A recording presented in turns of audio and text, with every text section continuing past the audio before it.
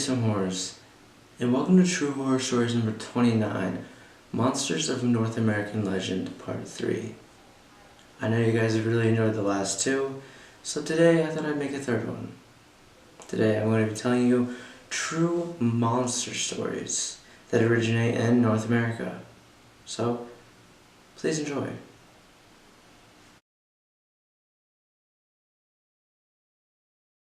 Story number 1. We have some land that is in a pretty remote area of northern Arizona. It's about 14 miles off I-40, and then another 12 miles on a dirt road. It's high desert, so you don't get typical trees, but more like 10 to 15 feet high bushy junipers. It's remote enough that we had pronghorn come through the camp, but we still have occasional free-range cattle. It's part of a bunch of 40-acre lots, so you will see a lot of occasional campfire from someone else camping.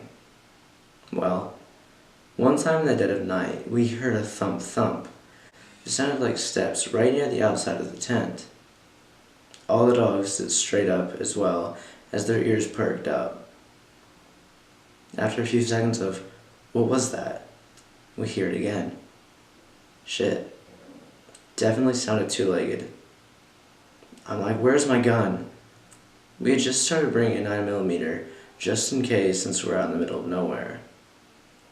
I'm rummaging around in the dark tent for what seemed like forever. Found the gun case. Shit, it's locked. Again, I rummage around in the dark tent until we find the key. Okay, good to go. Try and look at the tent window. Anyone can tell you who's been camping. You can barely see out of those things during the day, and you can't see a damn thing at night. So we slowly unzip the door and peek out. Nothing. Dogs have laid back down and are like, "Why are you letting the cold air in?" Did a quick circle around the campsite and didn't see anything. Next day we walked around and didn't see any footprints or anything like that. I was talking to the comic book owner a few days later, joking. Maybe it was a chupacabra, and he looks back at me and says, "You know Bigfoot lives in the area." At first I thought he was joking, but quickly could tell he was being dead serious. So yeah, Bigfoot or chupacabra or whatever it was, let's not meet. Story number 2. Just posted this experience I had a few years ago in an Ask Reddit thread, and figured I would post it here for your thoughts. I'm not entirely sure if this is a Windigo or what.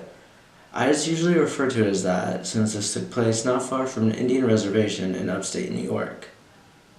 A few years ago, 2012 or 2013 I think, since I was still in high school then, I was at a party with some friends, and as the night goes on, maybe 11 to 12 at night, one of my friends and I go outside to have a cigarette. The second we go outside, there's just this completely awful foul smell. Just like blood, vomit, piss, and death all at once. Now this was somewhat in the middle of the nowhere, so we just figured it was a dead animal and went on having that cigarette. Less than a minute later, we hear something moving in the dark, and sure enough, a deer comes hobbling into the very edge of the porch light. We just mentioned like, "Aw, how cute," and the like. But then I noticed something. One of its front legs was messed up in some way, and I'm talking like broken in multiple places messed up. So my friend and I are slightly off put by this, less than we should have been since we were drunk, finish up our steak and go inside. However, right as we start to do that, one of the two porch lights goes pop and goes out. So now it's less light outside, and this deer is back in the darkness. So, a bit giddily, we both did this little fake scared squeal at each other and turned to go inside. And that's when we heard it. That undeniable sound of nails on the concrete patio. We both slowly turned to see this hunched over, rotten coyote doing this very slow, very unnatural crawl towards us. We go from 0 to 600 paralyzed with fear almost instantly, with another one of our friends playfully pulls us through the open door, telling us to get back to the party. To this day, I have not experienced anything like that, and it's one of the most horrifying things I've ever experienced.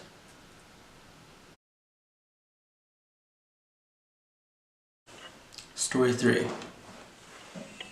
I must preface this with a few things. This encounter is secondhand, but was told to me on multiple occasions by the person that experienced it. I am a natural skeptic and cynic, so I can't say 100% I believe it, but his telling of it was pretty simple yet concise, and did not vary between the retellings. I've known this guy for many years, and his advice and input on just about everything is well-reasoned and always helpful. So I'll just take his word on it, even with just a grain of salt. Also keep in mind that I'm not a seasoned writer, and past and present tense make it a little jumbled, but I'll keep it clear and accurate as best I can. So let's get down to business. My friend, we'll call him Marv, likes to go solitary camping on occasion to be one with nature and the things that go along with that. He is also an avid gun collector and enthusiast. I don't remember exactly when he said this took place, but it was a few years back, and he decided to go camping on a whim. He packed his gear, a few guns, hunting rifle and .45 sidearms specifically, and headed out into the country into a vast swatch of property owned by a friend of his. He had full permission and the works. This happened close to the Kisaachi National Forest in south-central Louisiana. I won't be any more specific other than that. He liked to hike pretty deep in and camp at a specific spot he found a few trips prior. These details are kind of sparse, as it's not really the meat and potatoes to this encounter. So he made his way in and set up camp in his usual small clearing for the night. Skipping ahead a few hours, it was now late afternoon when he heard leaves crunching and twigs being stepped on.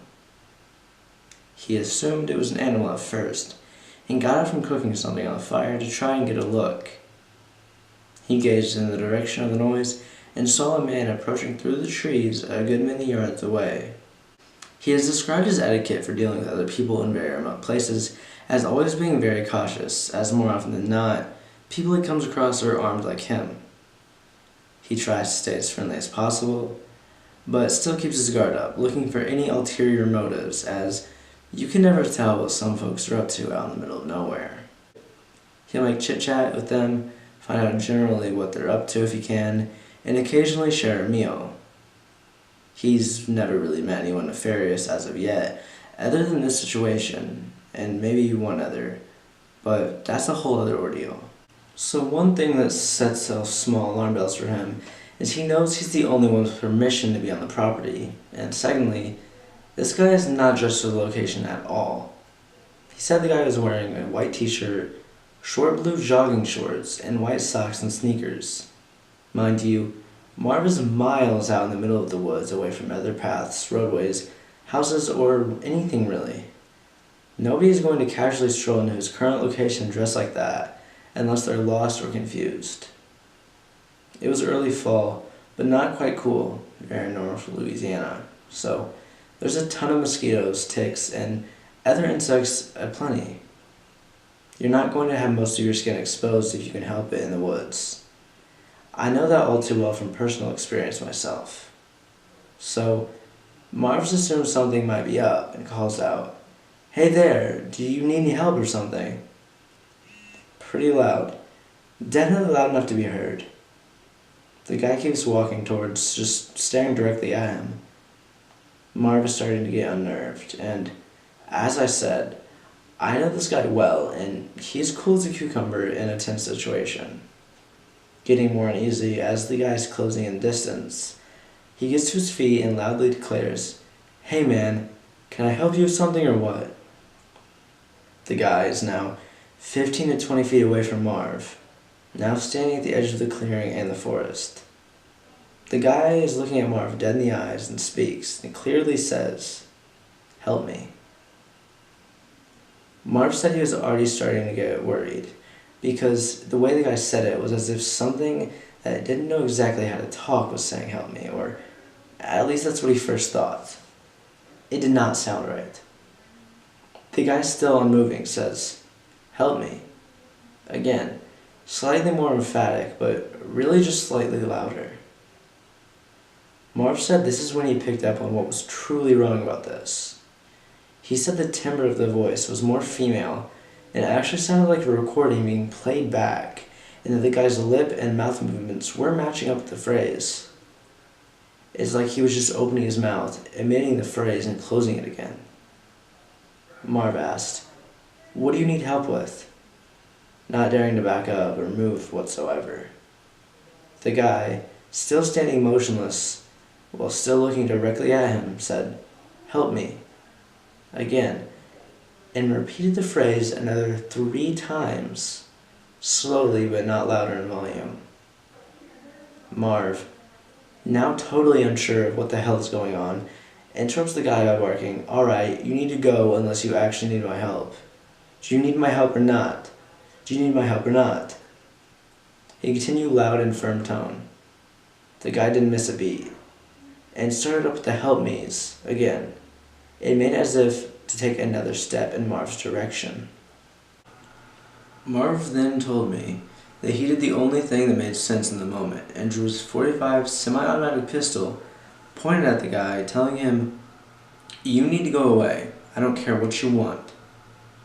The guy starts to get more animated and agitated, actually starting to say the phrase louder and over, but not stepping closer or backing away.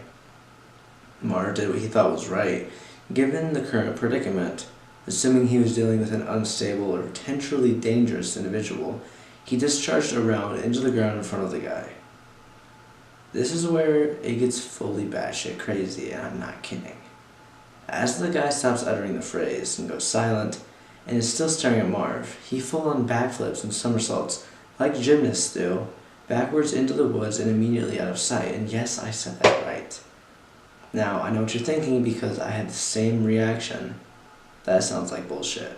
For sure, Marv gave no indication of falsehood, and told me this multiple times, in each a dead serious demeanor.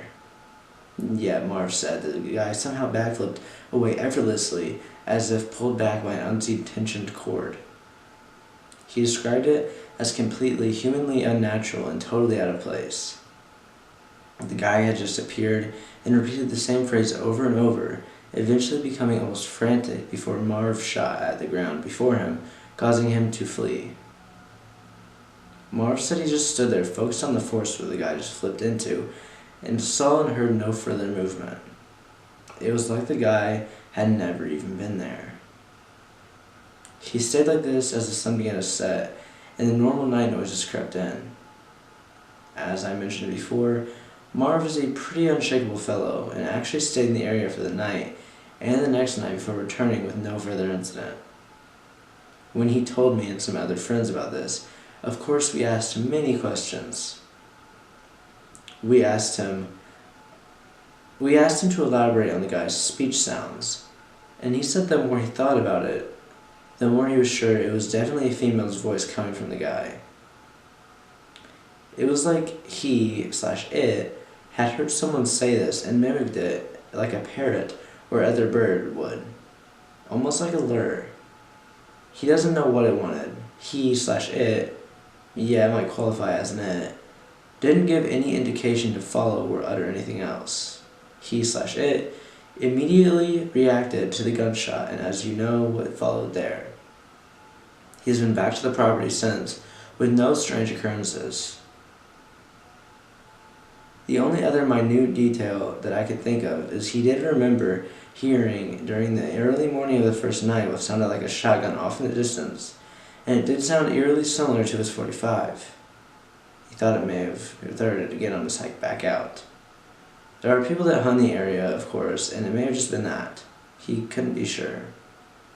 Since this incident, and one other in a completely different location, he did some online research and found many legends of the area, stories, and supposed encounters with skinwalkers and other unnerving bits of Native American folklore in the area, not to mention mimics and other similar supposed creatures. A lot of his encounter lines up with these tales, but there's nothing tangible to prove it, of course. Even as a skeptic, it does make me wonder about strange things in the remote and untouched areas of our world that can't be explained. So, I can attempt to answer questions about this, but I'm only going off what I was told, so keep that in mind. I can ask Marv about the ones I can't answer myself, as I should be hanging out with him in a few days.